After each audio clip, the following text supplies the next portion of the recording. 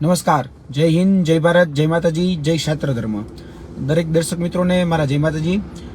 ખાસ કરીને આજે જે દ્રશ્યો હું જોઈ રહ્યો છું, ખાસ કરીને જે જામનગર છે, જે રાજકોટ છે, જે પરસોત્તમ રૂપાલાભાઈની જ્યાં સભા હતી અને જ્યાં ભારતીય જનતા પાર્ટીની સભા હતી, ત્યાં ક્ષત્રાણીઓ છે, ક્ષત્રાણીઓ વિરોધ નોંધાવવા માટે ત્યાં ઉપસ્થિત થઈ હતી.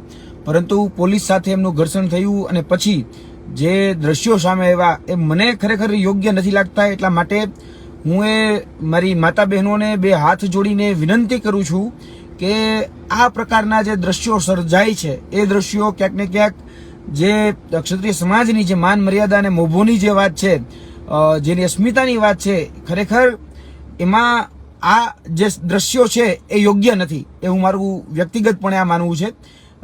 મારી એટલી જ વિનંતી છે કેમ કે આ આંદોલન જે થઈ રહ્યું છે એ ફક્ત ને ફક્ત બરાબર એ તમારા કારણે છે. આજે હું એવી ઘણી બધી બાબતો છે જે જાણું છું. હું એ પણ જાણું છું કે તમને ખરેખર જે સ્ટેજ મળવું જોઈએ, તમને ખરેખર જે સ્થાન મળવું જોઈએ, સ્થાન નથી મળતું. એ વાત સાથે પણ હું સહમત છું. કેમ કે મેં તમને બધાને લડતા જોયા છે, તમને લોકોને વિરોધ કરતા પણ જોયા છે.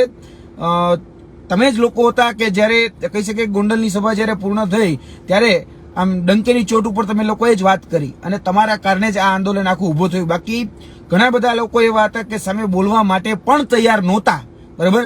અને થાળી જ્યારે પીરસાઈ ગઈ ત્યારે બેઠું ભાણું જમવા માટે પણ ઘણા બધા લોકો આવી ગયા. એ વાત પણ હું જાણું છું. પણ જે અત્યારે આ જે દ્રશ્યો આવે છે એ ખરેખર મને વિચલિત કરે છે.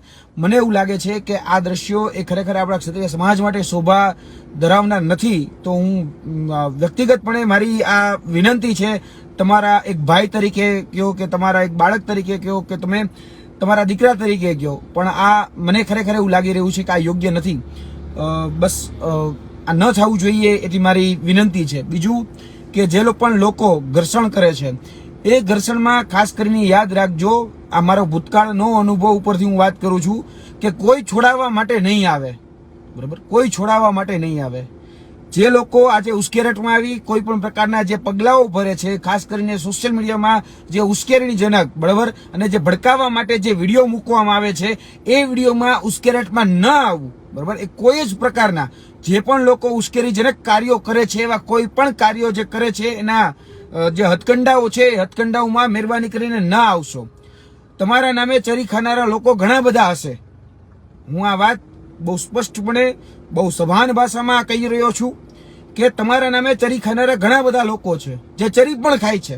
પણ એટલું યાદ રાખજો કે અત્યારે જો તમે કદાચ એવું કહી શકાય કે ગંભીર ગુનામાં જો તમને જેલમાં નાખવામાં આવ્યા ને તો પાછળ ટિફિન દેવાવાળું પણ કોઈ નથી હોતું. કેમ કે હું એનો તાજનો સાક્ષી છું.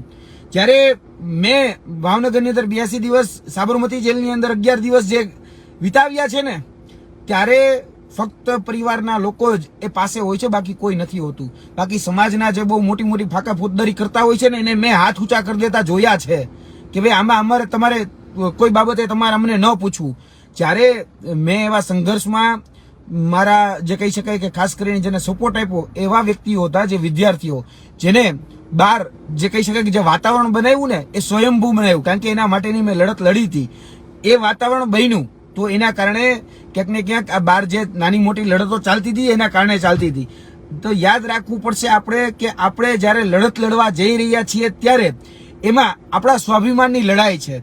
તો એમાં આપણા સ્વાભિમાનને ઠેસ પણ ન પહોંચે. અને અત્યારે જે લોકોએ ઠેસ પહોંચાડી છે, આપણે કોઈ પણ રીતે એમના જે કહી શકાય કે ઉમેદવારી નોંધાવી રહ્યા છે એમને દૂર કરવાના છે. આ વાત એ મનમાં યાદ રાખજો.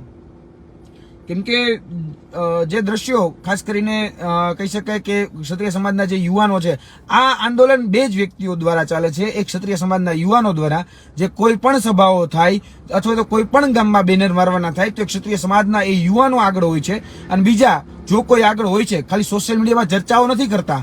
ઘણી જગ્યાએ એવો પણ વહેમ ફેલાવવામાં આવે છે કે ભાઈ સોશિયલ મીડિયા દ્વારા અમુક લોકો ખાલી બસ પોસ્ટ મૂકે છે. ના, પણ મેં જોયા છે એક ક્ષત્રિય સમાજના યુવાનો બધી જ રીતે પોતાનું એડી ચોટીનું જોર લગાડી એ યુવાનો પણ લડે છે અને ક્ષત્રાણીઓ પણ લડે છે. આજે પણ એક ક્ષત્રાણીઓ જે છે કોઈ પણ જગ્યાએ સભા હોય, કઈ પરસોત્તમ રૂપાલાની હોય કે ભારતીય જનતા પાર્ટીની, તો એને રોકવા માટે જાય છે. પણ આંદોલનમાં બસ આપણે આપણું સ્વાભિમાનને ધ્યાનમાં રાખવાનું છે. ક્યાંય પણ કહી શકાય કે આપણી જે સંસ્કૃતિ છે, બરાબર છે, એ સંસ્કૃતિને પણ ઠેસ ન પહોંચે તો એ ખાસ ધ્યાન રાખજો. મારી એટલી ખાસ તમને બધાને વિનંતી છે, ખાસ કરીને મારી માતા બહેનોને વિનંતી છે. ભૂતકાળના આંદોલનો મેં કર્યા છે, મેં હું એવું નહીં કે મેં જોયા છે. ઘણા બધા ફાકા ફોજદારી કરે ને મેં આંદોલન આટલા બધા જોયા છે ને આટલા સામાજિક આંદોલન થઈ ગયા ને, બરાબર, એ બધા જોયા જ છે, બરાબર. એ પ્રેક્ષક હતા, હું પ્લેયર હતો. એ પ્રેક્ષક હતા, હું પ્લેયર હતો. હું અહીંયા ગ્રાઉન્ડ ઉપર યોદ્ધાની જેમ લડતો હતો. એટલે આંદોલનના જે પ્રકારો હોય છે એ આંદોલનના પ્રકારોમાં ક્યાંક ને ક્યાંક અત્યારે પણ જે ખરેખર જે વસ્તુ થવી જોઈએ, બરાબર, આંદોલનના માધ્યમથી એ પ્લેટફોર્મ અને જગ્યા, ખાસ કરીને જ્યારે આપણે કોઈ પણ જગ્યાએ સરકારમાં કોઈ પ્રતિનિધિત્વ હારે જ્યારે વાત કરતા હોય ત્યારે અમુક જગ્યાઓ બાદ કરી અને બોલવાનું રહેતું હોય છે. પરંતુ ઘણી બધી જગ્યાએ મેં જોયું છે કે અમુક જગ્યાઓ હજી એ સ્પેસ જે હોવી જોઈએ એ સ્પેસ હજી નથી, બરાબર છે. ખાસ કરીને હું એટલો ભલે કહી શકે કે પરિપક્વ નથી, હું મારી જાતને એટલું જ માનું છું કે હજી હું પરિપક્વ નથી, પરંતુ જે જોયું છે, જે અનુભવ્યું છે, એ અનુભવ ઉપરથી એટલું તો ચોક્કસપણે કહીશ કે આંદોલનમાં દરેક જે લોકો છે, જે પોતાનું જે પણ યથાશક્તિ યોગદાન આપી રહ્યા છે, એ યોગદાન તમામનું, બરાબર છે, એનું સર માથા ઉપર ટૂંકમાં કહી શકાય કે એનું જે યોગદાન છે એ હંમેશા શિરોમાનીય છે અમારા માટે.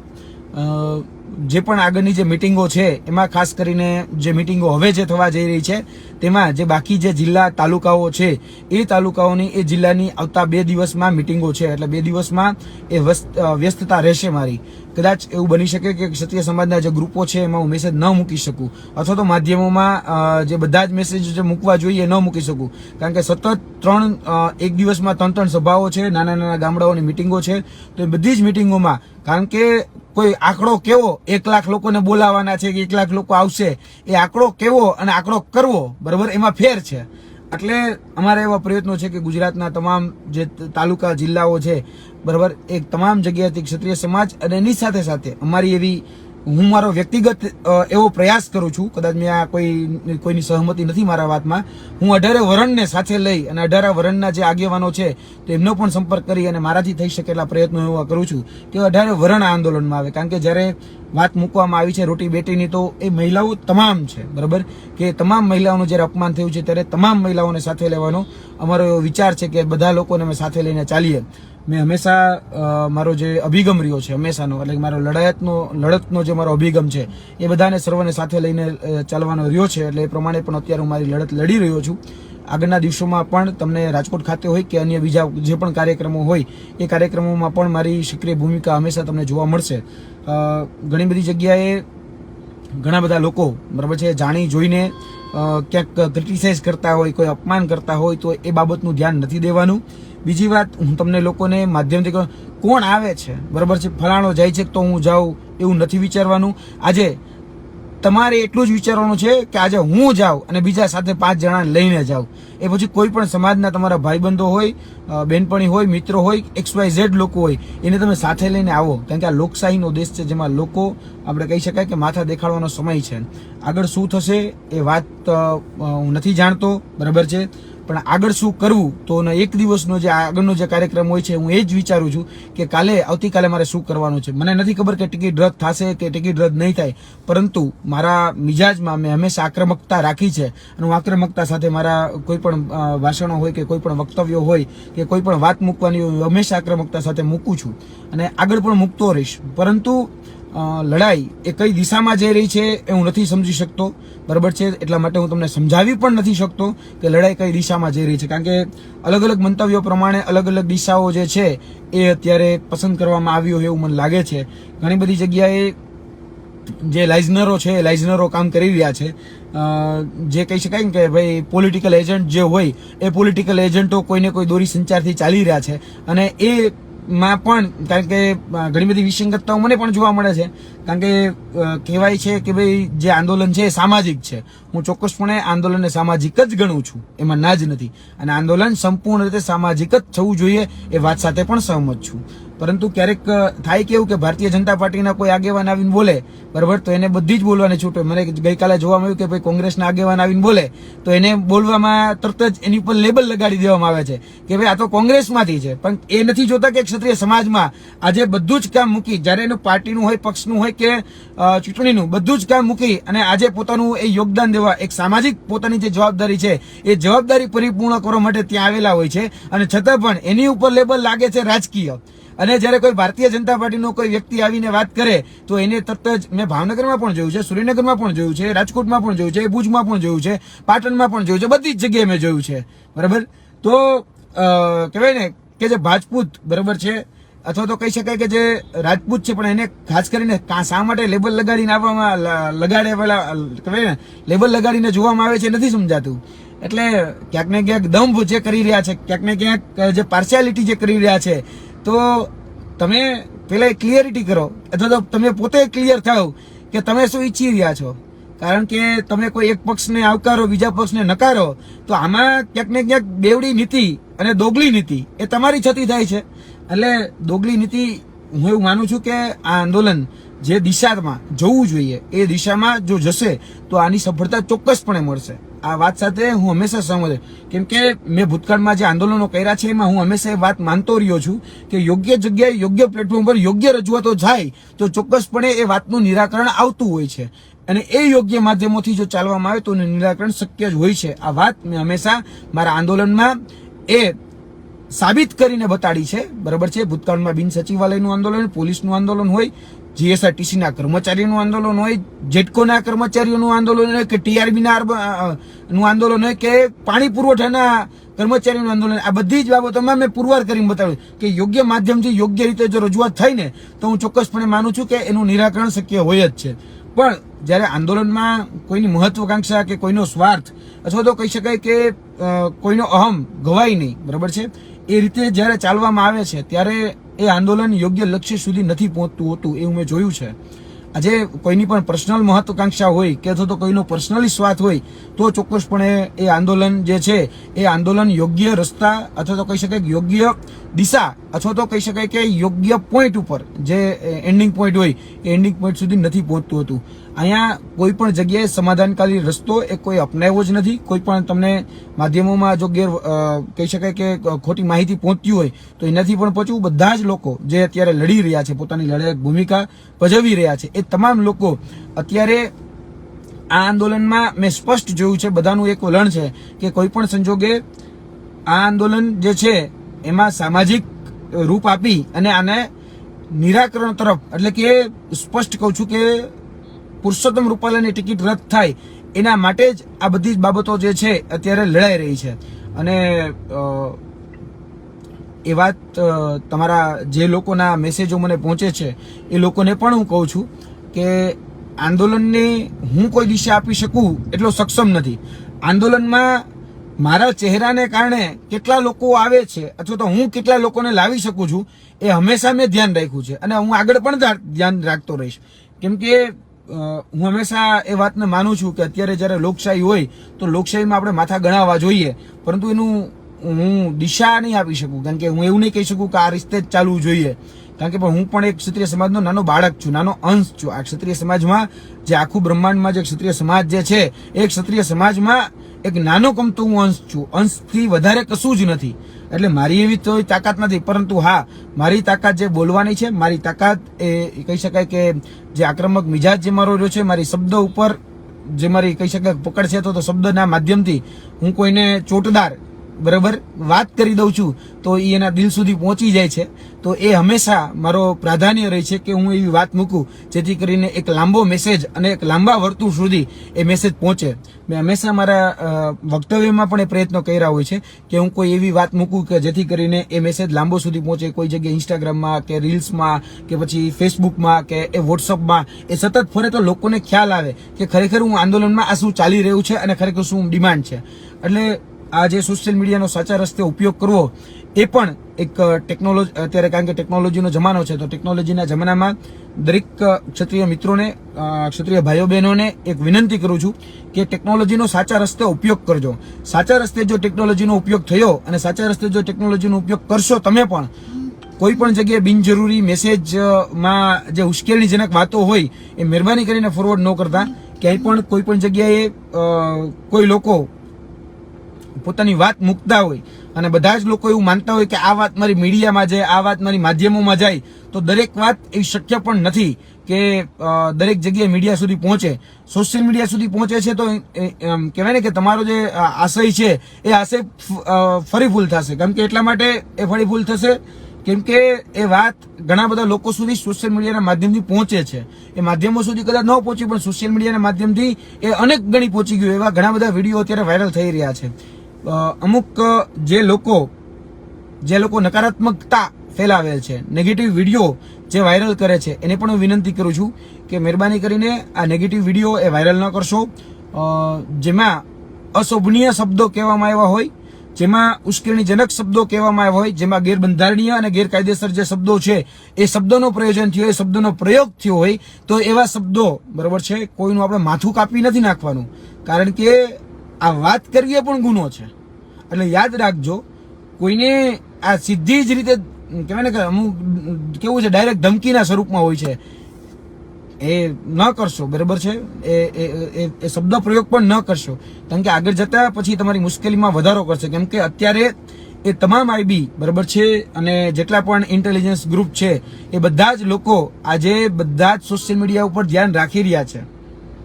જે પણ લોકો આજે ખોટી વાત મૂકે છે કે ખોટા મેસેજ વાયરલ કરે છે, અથવા તો હું તો એમ ત્યાં સુધી કહું છું કે ભારતીય જનતા પાર્ટી એ રીતે પોતાની આર્મી એક વિકસાવી છે કે તમારા ગ્રુપની અંદર તમે જે ચર્ચા કરો એ ચર્ચાનો સ્ક્રીનશોટ પણ પહોંચી જાય. કોણ એના પક્ષમાં છે, કોણ અપક્ષમાં છે, કોણ સહમત છે, કોણ અસહમત છે, આ બધી જ વાત અહીંયા સુધી પહોંચતી હોય છે. કારણ કે ભારતીય જનતા પાર્ટીને હું નજીકથી ઓળખું છું. કારણ કે હંમેશા કહેવાય ને કે દુશ્મનને તમે સારી રીતે ઓળખતા હો જાય. એમ તો આજે તે જે મારો તો વ્યક્તિગત કોઈ દુશ્મન નથી, પણ હા જે નૈતિકતાના ભાગરૂપે, જે નીતિમત્તાના ભાગરૂપે જે હું મારી નૈતિકત લડાઈ જે લડું છું એમાં મારો દુશ્મન બરાબર. તમને એમ દુશ્મન કીધું એટલે એવો દુશ્મન નહીં કે આપણે કઈ બોલવા કાઢવાનો વ્યવહાર ન હોય. ભારતીય જનતા પાર્ટીમાં સૌથી વધારે મારા મિત્રો હશે. એટલે જ્યાં નીતિગત વિરોધ કરવાનો હોય, જ્યાં જે જગ્યાએ કૌભાંડ, ભ્રષ્ટાચાર, જે પણ જગ્યા ગેરરીતિ થતી હોય ત્યાં હું મારી લડાઈ લડતો હોય. એટલે મને ખબર છે કે ભારતીય જનતા પાર્ટી પાસે એક સરસ મજાની ટ્રોલ આર્મી પણ છે, સરસ મજાનું એક આઈબી પણ છે, એક પોતાનું સીઆઈડી પણ છે જે ખૂબ સારી રીતે કામ કરે છે. બરાબર, તો આ બધું જ મેં નજીકથી જોયું છે. એટલે હું એટલી વિનંતી કરું છું કે ક્યાંય જગ્યાએ કોઈ ખોટો શબ્દ એ આપણાથી ન બોલાઈ જાય એ ખાસ ધ્યાન રાખવું. બીજું કે કોણ જે વાત થઈ રહી છે કે હું આવું છું, ચોક્કસપણે તો હું પણ આવું છું રાજકોટ ખાતે. આપને પણ આવવાનું છે, તમારા સાથે તમારા 5 ભાઈબંધોને પણ લઈને આવવાનું છે. હું પણ મારી સાથે કશું કઈ ના કરી શકું, કહી શકું, પણ 5000 વ્યક્તિઓને મેં ઉત્તર ગુજરાતમાંથી તો લઈ આવશું. આજે તમામ જે કાર્યક્રમો છે ઉત્તર ગુજરાતમાં થયા છે અને ઉત્તર ગુજરાતમાં આજે અમે નાની નાની ગામોમાં જઈને મિટિંગ કરીએ છીએ. તો એટલી તો અમને ખબર છે કે અમે 5000 લોકો છે એ ઉત્તર ગુજરાતથી તો આવશે જ. કારણ કે અમે પણ એક લિસ્ટ બનાવ્યું કયા ગામમાંથી કોણ કોને લઈને આવશે. ત્યારબાદ હવે અમે મધ્ય ગુજરાતમાં જશું, હજી સાબરકાંઠામાં પણ જઈશ. એમાં પણ હું નાનું કામ કરીશ, બારીકાઈથી કામ કરીશ.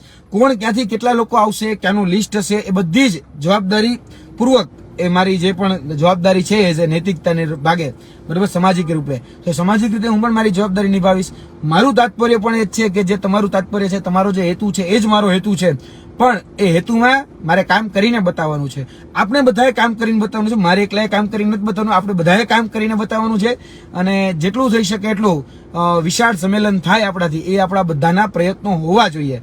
તમારો ટાર્ગેટ શું છે મને ખબર, મારો આવતીકાલનો ટાર્ગેટ શું છે મને ખબર છે. નોટ ડાઉન કરી લીધું ક્યાં ક્યાં ગામમાં જઈને કેટલી જગ્યાએ મળવાનું છે, શું વાત કરવાની છે અને એને રાજકોટ કઈ રીતે પહોંચાડવાના છે. આ બધી જ રીતે બધા જ લોકો ચાલી રહ્યા છે. પણ એક રાજપૂત તરીકે અને એક ક્ષત્રિયના બાળક તરીકે હું ફરીથી એક વિનંતી કરું છું કે એ મારી માતા બહેનો જે પોલીસ સાથે ઘર્ષણ કરે છે અને જે દ્રશ્યો સામે આવે છે એ મને થોડાક યોગ્ય નથી લાગતા. હું નાનો ભાઈ બરાબર, નાનો દીકરો સમજી બસ એટલી જ તમારી પાસે અપેક્ષા રાખું છું કે આ પ્રકારના દ્રશ્યો એ ન સર્જાય. હું બધી જ રીતે તમને લોકોને સમજુ છું. જામનગરની અંદર જે બહેનોએ ખરેખર ગઈકાલે જે ભૂમિકા ભજવી, હું બહુ એવું નથી કે ખાલી જામનગર હોય, રાજકોટ હોય, ભાવનગર હોય, સુરેન્દ્રનગર, બધી જ જગ્યાના દ્રશ્યો મારી પાસે છે. આજે હું કદાચ ફોરવર્ડ નથી કરી શક્યો, પણ એ બધી જ જગ્યાના દ્રશ્યો મેં જોયા છે જ્યાં બહેનો વિરોધ કરવા, અને સાચી કહેવાય ને રણચંડીનું સ્વરૂપ એ મેં બહેનોને જોઈ છે. બરાબર, એ બહેનોને જોઈ છે, અદ્ભુત રીતે પોતાની લડાઈ એ લડી રહી છે. મારા માટે તો અકલ્પનીય શબ્દ એ તમારા માટે વાપરવો પડે છે, કારણ કે એ મારા માટે અકલ્પનીય છે કે એક રસોડામાં જેમ મેં મારી માતા બહેનોને કામ કરતા જોયા છે, અને એ જ રીતે આજે આમ કહેવાય ને આક્રમકતા, આટલી આક્રમકતા સાથે મારી માતા બહેનો એ પોલીસ સામે ઘર્ષણ કરે છે, પોતાની વાત મૂકે છે, પોતાના નારાઓ લગાડે છે, એ અદ્ભુત છે, અકલ્પનીય છે મારા માટે. પણ આ આંદોલન ફક્ત ને ફક્ત આ ક્ષત્રિયાણીઓ જે છે એના કારણે છે. એસી ચેમ્બરમાં બેઠા બેઠા ફાકા ફોજદારી કરવી કે પોતાની વાત મૂકવી એને હું આંદોલનકારી ગણતોય નથી. હું આંદોલનકારી એને જ ગણું છું જે ગ્રાઉન્ડ ઉપર લડે છે, અને તમે સાચી રીતે ગ્રાઉન્ડ ઉપર વાત મૂકો છો એમાં ના જ નથી, પરંતુ ક્યાંય પણ આપણી સભ્યતા ન ચૂકાય, ક્યાંય પણ આપણા સંસ્કાર ન ચૂકાય, અને ક્યાંય પણ આપણી માન મર્યાદા જે છે એ પણ ન ચૂકાય, એનું ખાસ ધ્યાન એ આપણી માતા બહેનોએ રાખવાનું છે. આટલો જ સંદેશ છે મારી માતા બહેનોને. હું ચોક્કસપણે જ્યારે પણ ફ્રી થઈશ ત્યારે આપની સમક્ષ વાત કરતો રહીશ. બસ આ વિડીયોને તમામ માધ્યમો સુધી, મીડિયા મિત્રો સુધી, અથવા તો કહી શકાય કે આપના જે પણ સોશિયલ મીડિયા ગ્રુપ છે ત્યાં સુધી પહોંચાડતો રહેજો. આગળની જે વાત છે, આગળનો જે રૂપ છે એ કાલે હું તમને હિંમતનગર હું આવી રહ્યો છું તો હિંમતનગર પણ મળીશ, અને ત્યારબાદ ભરૂચ પણ છું તો ભરૂચ પણ મળીશ. મધ્ય ગુજરાતમાં બરોડા જવાનો છું તો બરોડામાં પણ જે ક્ષત્રિય સમાજ જે છે તો એના મારા જે વિદ્યાર્થી મિત્રો છે એ તમામ વિદ્યાર્થી મિત્રોને મળી અને ત્યાં એક સરસ મજાનું આણંદ છે, ખેડા છે, એ બધી જ જગ્યાએ મારા વિદ્યાર્થી મિત્રો કેટલા સુધી અહીંયા પહોંચી શકે એમ છે. મેક્સિમમ લોકોને, આજે યુવાનો છે ખાસ કરીને, એ યુવાનોને મારે એ ગમે એમ કરીને રાજકોટ સુધી પહોંચાડવા છે. તો આવતીકાલે આ તમામ 2 દિવસ તો હજી છે જ, અને 2 દિવસ હું ફરવાનો જ છું. આવતીકાલે સાબરકાંઠા પ્રાંતિથી મધ્ય ગુજરાત તરફ જઈશ, અને મધ્ય ગુજરાત તરફથી ભરૂચથી કહી શકાય કે એક સભા છે કે બીજા કાર્યક્રમો છે, બરોડા પણ એક કાર્યક્રમ છે, ખેડા પણ એક કાર્યક્રમ છે. એ તમામ કાર્યક્રમો પતાવી અને પછી હું સીધો જ રાજકોટ તમને બધાને મળીશ. બરોબર છે, આપણું સ્થાન એ તમારે ગ્રાઉન્ડમાં જ તમને જોવા મળશે. હું બહુ એવો કઈ સ્ટેજનો મોહ રાખતો નથી, સ્ટેજની મને જરાક પણ એવું છે નહીં, પણ એટલી વાત છે કે હું મારા જે ખરેખર યોદ્ધાઓ છે એ યોદ્ધાઓ સાથે ખભોથી ખભો મિલાવીને હું તમને બધાને ગ્રાઉન્ડમાં જોવા મળીશ. બસ આટલી જ વાત. જય હિન્દ, જય ભારત, અને સાચા જે યોદ્ધાઓ છે એને લાખ લાખ વંદન અને લાખ લાખ સલામ. જય હિન્દ, જય ભારત, જય માતાજી, જય ક્ષાત્ર ધર્મ.